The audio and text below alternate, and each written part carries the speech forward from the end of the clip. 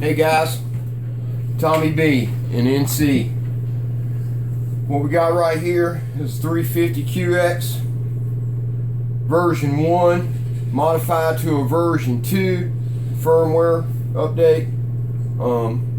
I had originally had a 350QX version 2.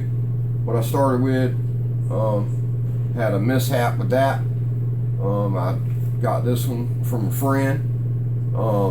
I've been flying 350QX now for just about 3 years now. I did a lot of learning, modifications, etc. to it when I first got one. They had issues with the GPS on them then, and outside interference issues. I learned a lot about it and did a lot of modifications and made some YouTube videos. Well, we all know how fragile the eggshell bodies are. As a matter of fact, this one right here, when I got it, had a cracked arm right here, and the gentleman epoxied it back together. It held good since I've had it. I actually have a brand new body that I've had for quite a while up there. I just never changed it out because that one's holding okay. But I guess here a year or so ago, I want to say the first company that came out with a heavier duty frame was Heli, I think. Then came along Rakon frames, and a matter of fact, they were more toward the 200QX, and I guess reason being is the QX is small, had the same type of plastic body.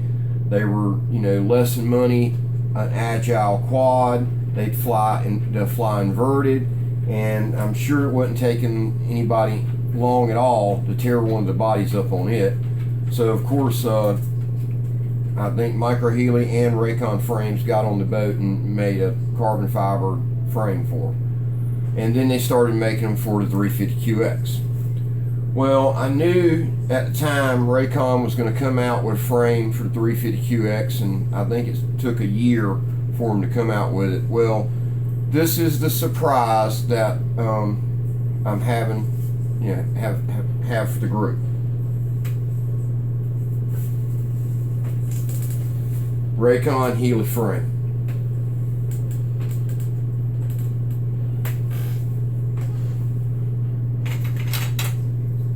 It's nice. I'd like to thank Patrick McLeese of Heli Nation. He set me up with this.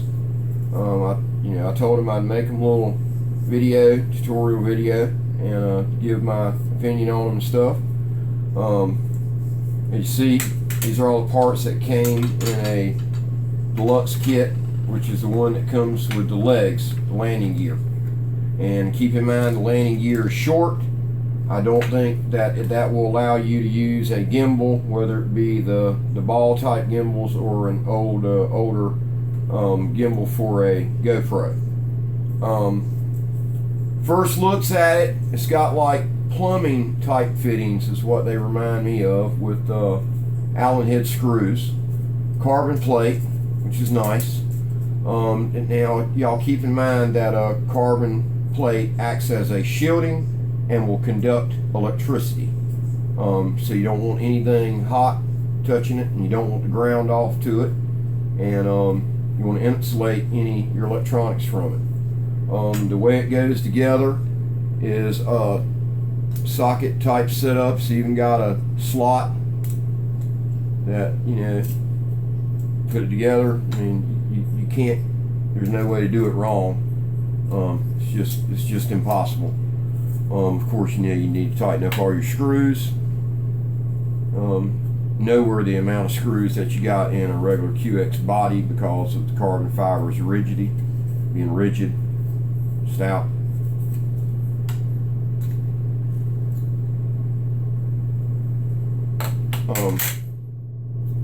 The arms, hollow tube, carbon fiber,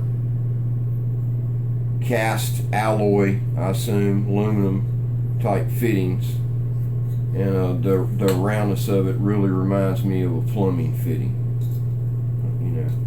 if that's good or bad.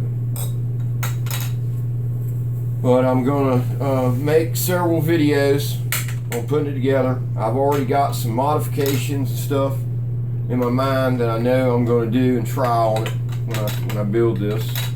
I'm going to do a video of when I take apart the 350QX. I'm going to do a video on it and throw in some pointers and ideas for you guys that, you know, have that type of body and are going to continue with that. Patrick, I like it. I'm excited. I really like it. Thanks for helping me out. Burn up the skies.